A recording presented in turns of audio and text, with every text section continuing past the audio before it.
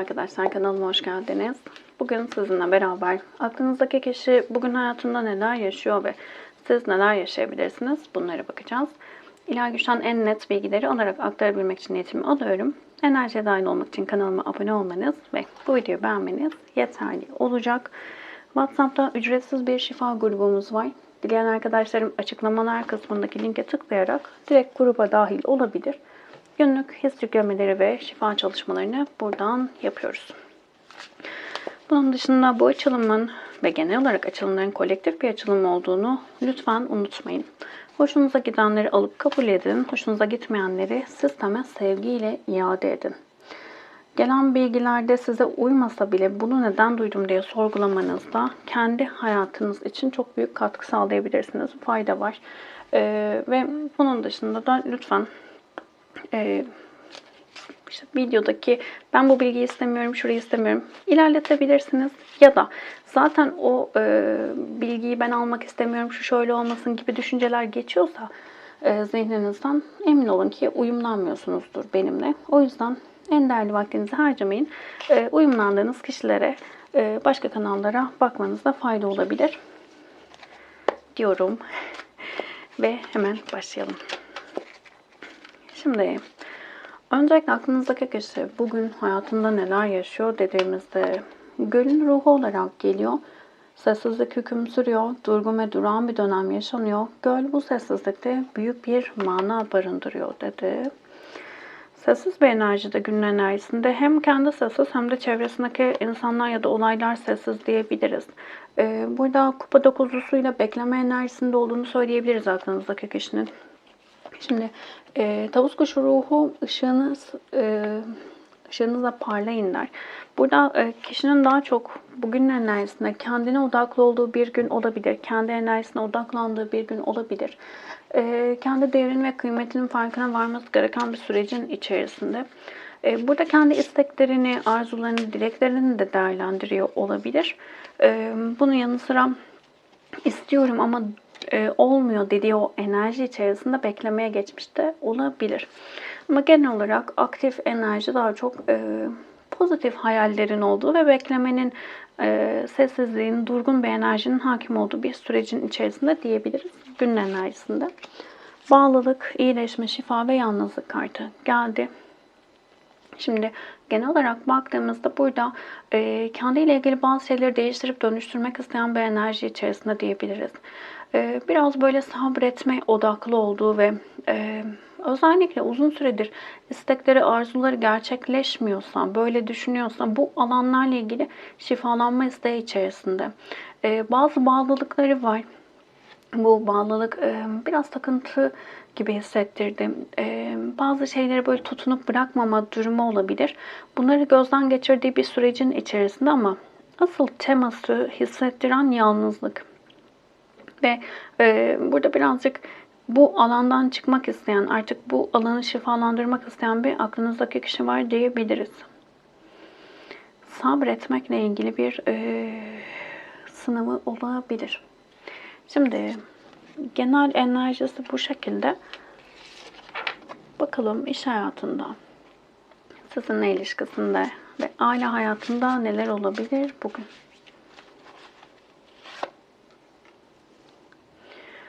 Değnek onlusu. Şimdi burada iş hayatıyla ilgili özellikle şunu söyleyebiliriz. Evet. Genel olarak hayatında istekleri ve arzuları ile ilgili ciddi bir sürecin içerisinde hayallerini, arzularını, isteklerini gerçekleştirebilmek adına artık harekete geçmek isteyen bir enerji de diyebilirim. İş hayatında biraz sıkıntılı bir süreçten geçiyor olabilir. Birçok yükü olabilir aklınızdaki kişinin. Birçok kişinin sorumluluğunu aklınızdaki kişi almış olabilir. Ve artık bu alanda olmak ciddi bir yorgunluk haline getirmiş. Çok ciddi bir yük olarak onun sırtında diyebiliriz. Korku var, duvar örme var, derin üzüntü ve yalnızlık hissi var. Bakın burada da yalnızlık var. Yani ben her şeyi halletmek zorundayım dediği bir sürecin içerisinde. Şimdi iş hayatında bir süredir sıkıntılı bir süreç olabilir. Bir süredir bütün sorumluluğu kendi üzerine almış olabilir. Ama şöyle bir umudu var. Yani artık zamanı geldiğinde ben bu yüklerden kurtulacağım dediği bir sürecin içerisinde ama ciddi bir yükü var diyebiliriz. Korkular da var. Maddi kayıp korkuları olabilir, kazançla ilgili korkular olabilir. Genel olarak korkuları da var. Ama biraz böyle yorgun bir enerji diyebilirim. Şimdi sizinle arasındaki ilişkide neler olabilir dediğimizde, şimdi burada ayrılık yaşanmış olabilir, görüşüyor olabilirsiniz ama çok böyle soğuk bir enerji olabilir. Sizinle ilgili kayıptan, kaybetmekten, sizden ayrılmaktan ciddi şekilde üzüntü ve korku duyan bir enerjide. Yani böyle ayrılık yaşanmadıysa, ayrılmak istemeyen, ayrılırsam ne olur diye düşünerek korkular yaratan bir enerjide. Burada yeni bir başlangıç yapma isteği var. Sizinle daha samimi, daha dürüst bir başlangıç yapma isteği var. Burada daha önceki süreçlerde biraz böyle sıkıntılı süreçlerden geçtiyseniz samimiyetle ilgili ya da gerçekleri konuşmak ya da daha dürüst davranmakla ilgili sorunlar yaşandıysa artık bu alanı şifalandırmak istiyor. Bunun en büyük sebebi de o yaşanan kayıp ya da kaybetme korkusu diyebiliriz buraya. Burada yeni bir başlangıç isteği içerisinde olduğunu söyleyebilirim. Tutkuları da yüksek. Şimdi aileyle ilgili neler olabilir dediğimizde, şimdi burada biraz sıkıntılı bir durum var diyebiliriz. Ciddi bir öfke durumu olabilir aileye karşı. Genel olarak kaybetme korkusu çok yüksek bir enerjide. Şimdi buradaki durumu şöyle düşünürsek daha sağlıklı olur. Bilinçli olarak değil ama bilinçaltı tarafında bu korku olduğu için bu farklı şekilde yansıyabilir kişilere. Bazıları kaybetme korkusu olduğu için çok fazla bağlanıp çok fazla ilgi alaka gösterme eğiliminde olabilir. Böyle biri olabilir aklınızdaki kişi.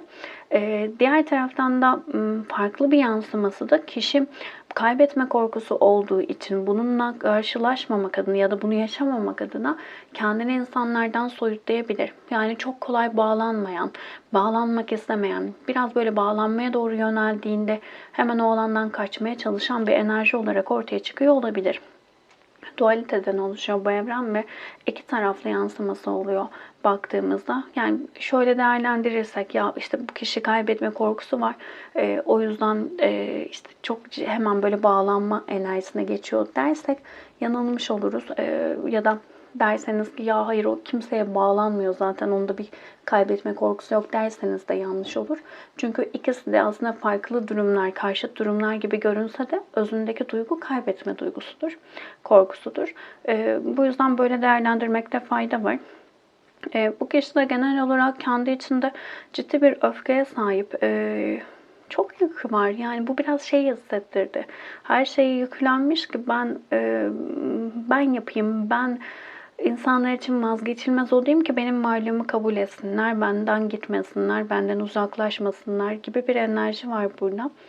Ve bu da tabii ki göremediği sürece içte bu duyguyu sürekli bunlarla sınanma durumu yaratır. Ya kendisi karşısındaki insanlara bu enerjiyi aktardığı için insanlar onu bırakıp gider ya da sürmeyecek ilişkilerin içerisine çekilir. Burada içinde ciddi bir öfke var ve aslında kaybetme korkusu yaşamamak adına kendi alanını korumak isteyen bir durumun içerisinde biraz sabrediyor. İşte buradaki o biraz önceki gelen sabır kartıyla beraber sabrediyor ama şimdi buradaki onun bakış açısındaki sabır beni anlayacak, beni görecek, bana değer verecek birinin gelmesi bekleyişi. Ama sistem aslında diyor ki sen kendi içindeki kaybetme korkusunu görmezsen eğer aynı şeyleri yaşamaya devam edeceksin. Bunun kurtuluş ya da buranın çözümü senin kaybetme korkunu görmen ve senin o alanı şifalandırman. Sen bunu yaparsan yanında olacak insanları çekebilirsin hayatına. Umarım bu açıdan bakabilir. Evet, onun hayatında olanlar bu şekilde. Şimdi burası sizinle ilgili. Bugün neler yaşayabilirsiniz? Genel enerjileriniz neler? Buraya geçeceğim. Burayla ilgili bilgi aktaracağım. İstemeyen arkadaşlarım burayı dinlemeyebilir. Burada şunu söyleyeyim. Burada gelen bilgi neyse, bakın açılımın içerisinde hangi bilgi geliyorsa o bilgiyi aktarıyorum. Burada ağzımızdan çıkan hani tesadüf diye bir şey yoktur diyoruz ya genel manada. Hayatımızda yaşadığımız olaylar ya da kişiler hepsi aslında olması gerektiği için ya da bu videoyu açan arkadaşım hiç bu konularla alakası olmasa bile burada duyduğu bir bilgi onun hayatında farklı bir alan, farklı bir kapı açabilir. Yani burada özellikle enerji alanıyla ilgiliyseniz sadece kartın anlamı olmadığını bilmeniz gerekir ya da biliyorsunuzdur. Burada gelen her bilgi.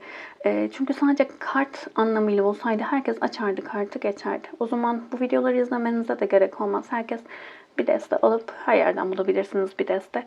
Bir deste alıp açarsınız ve internete bile yazdığınızda artık kartların anlamları çıkıyor. Ama işte kartın anlamı değil sadece olay. O enerjiye girebilmek, o kuantum alandan bilgileri alabilmek, genel olarak akan bilgiyi aktarabilmek. Yani birçok insan bağlantıyı, ilahi güçle bağlantıyı farklı farklı şekilde yapar. Bazıları meditasyonla, bazılarına bilgi akışı gelir. Hani deriz ya aklıma bir fikir geldi. İşte bazılarına yazma olarak bir yazmaya başladım duramadım der kişiler gibi gibi bir sürü şekilde gelebilir. Şimdi buradaki genel açılımlarda da birçok arkadaşım da öyle zaten açılım yapanlar. Bakın burada bir metin üzerinden okumaya kalksanız, yazıp okumaya kalksanız bu şekilde yapamazsınız. Orada o bilgi geliyorsa o bilginin aktarılması gerektiği için. Senin bu bilgiye ihtiyacın olmayabilir, kabulüm. Ama senin bu bilgiye ihtiyacın olmadığı, bu videoyu izleyen başka arkadaşların ihtiyacı olmadığı anlamına gelmez. Ki bu noktada şimdi buraları hep nasihat gibi düşünen arkadaşlar oluyor ama nasihat falan değil. Burada gelen bilgiyi aktarıyoruz. Ona bakarsanız kartın anlamı üzerinden yapılan yorum da nasihat olarak algılayabilirsiniz. Dikkate alıp almamak sizin kendi seçiminiz. Zaten bir bilgi geldiğinde o bilgiyi hoşunuza gitmiyorsa emin olun orada sizin de kendi alanınızla ilgili bir durum vardır. Ben bu konulara takılıyorum. Neden ben bu konulara takılıyorum?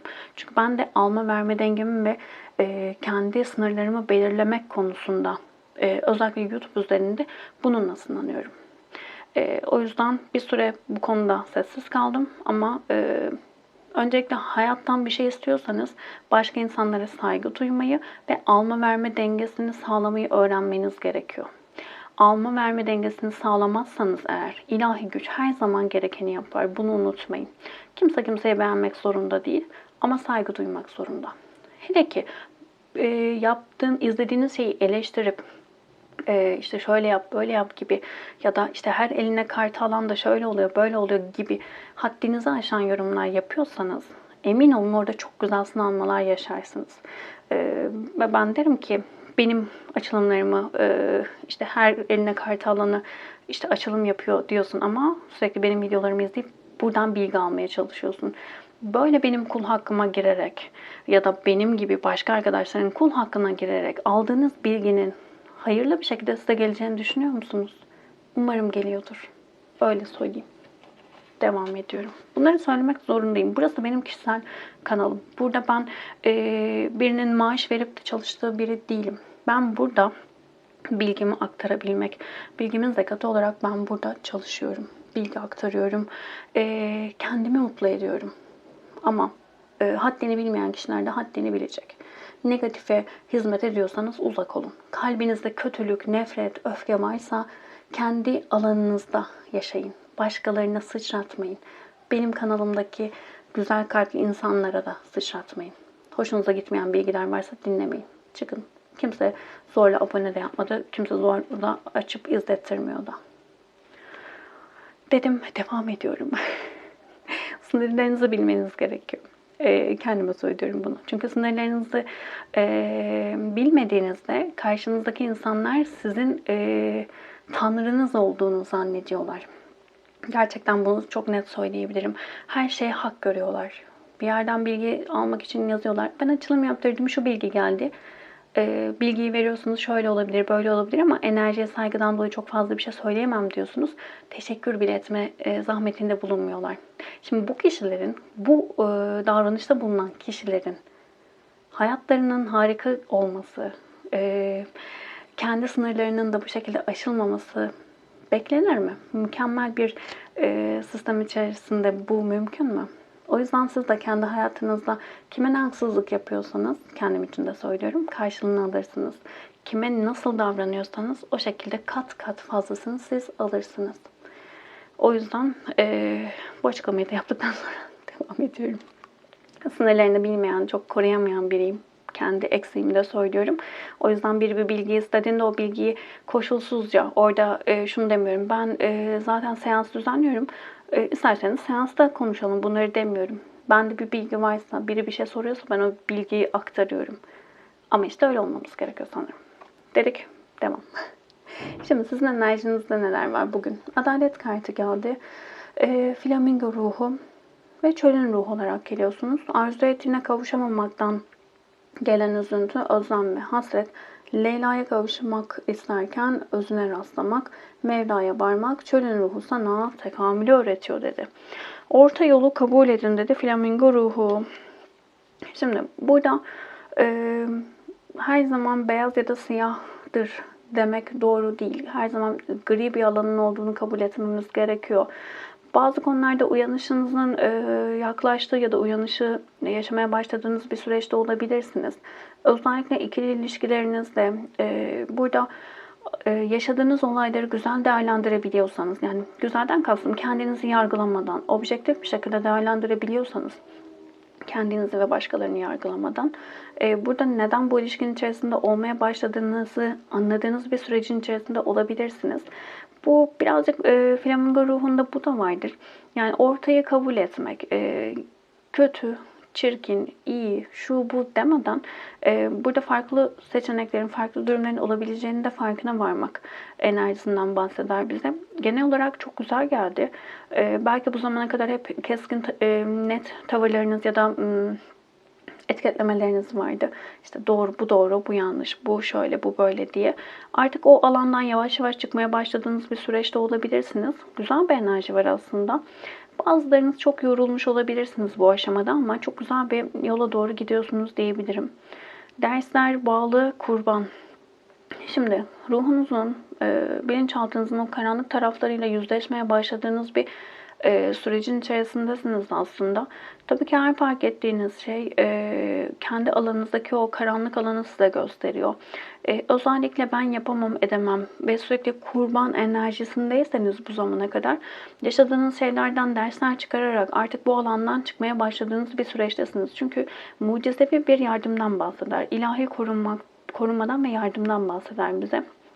Burada çok net bir şekilde rehberlik alıyor olabilirsiniz.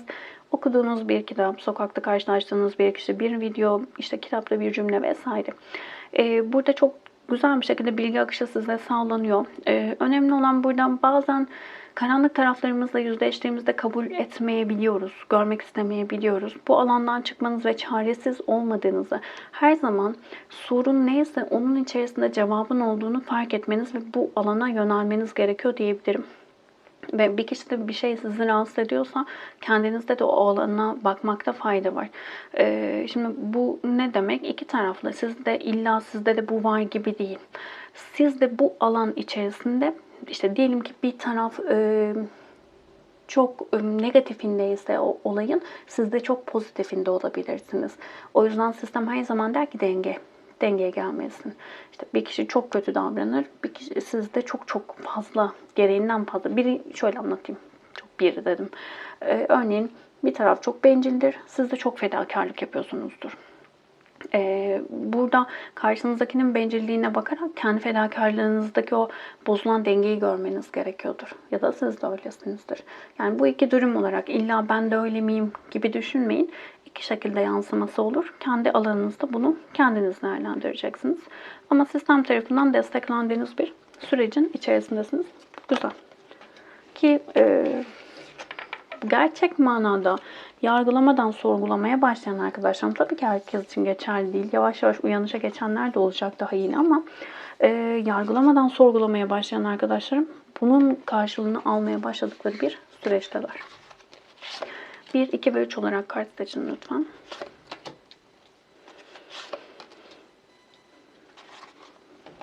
Bir tane de peri mesajı alalım.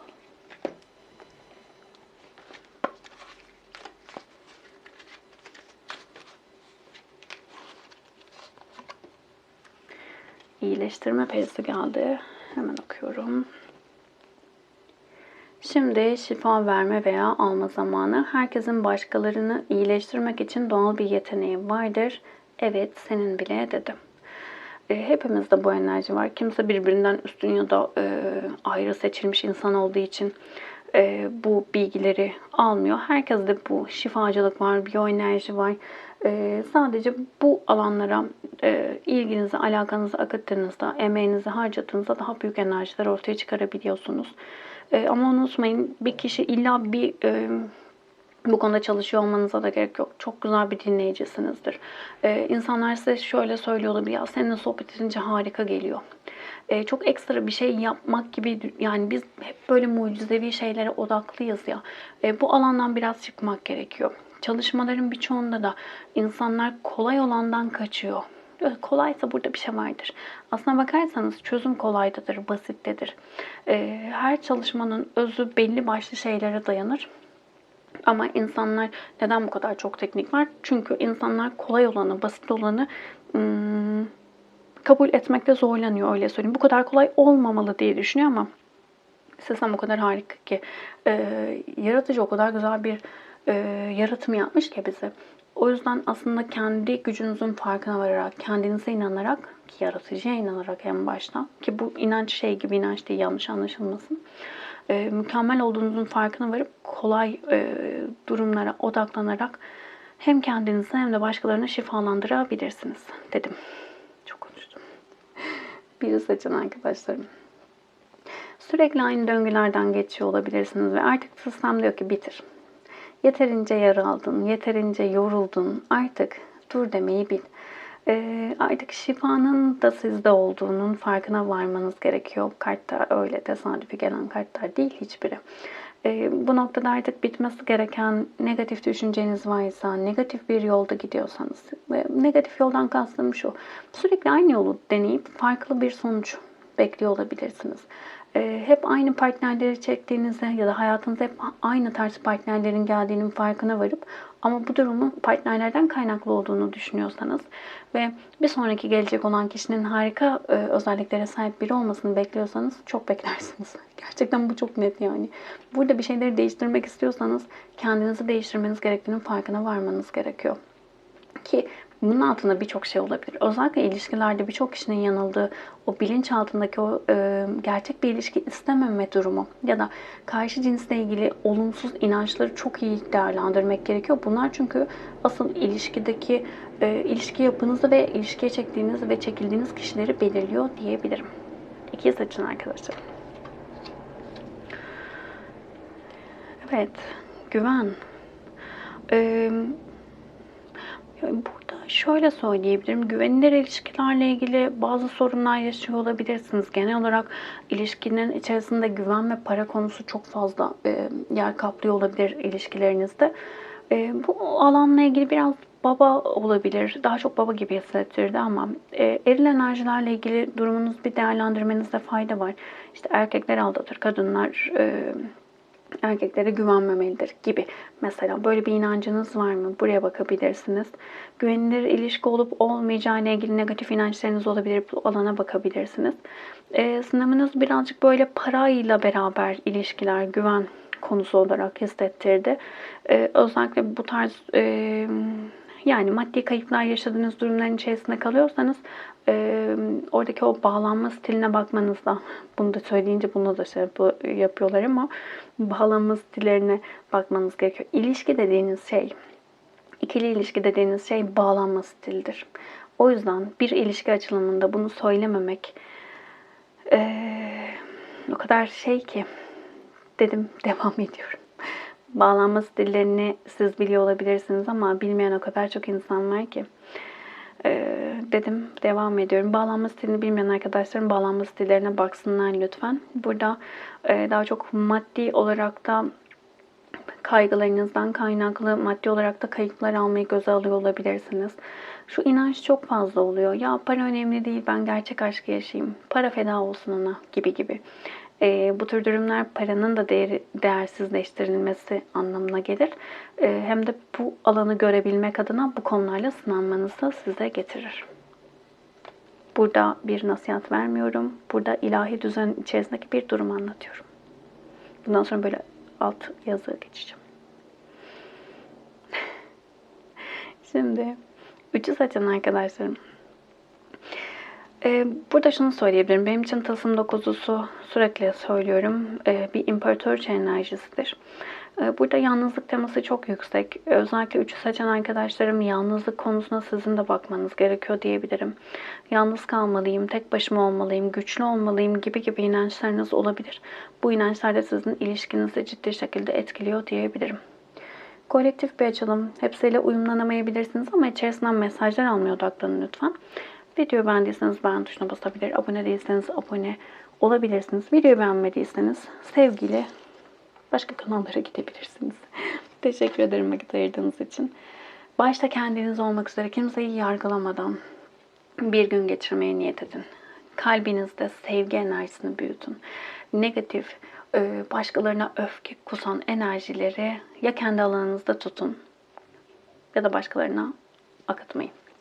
Teşekkür ederim vakit ayırdığınız için. Başka videolarda görüşmek üzere. Hoşçakalın.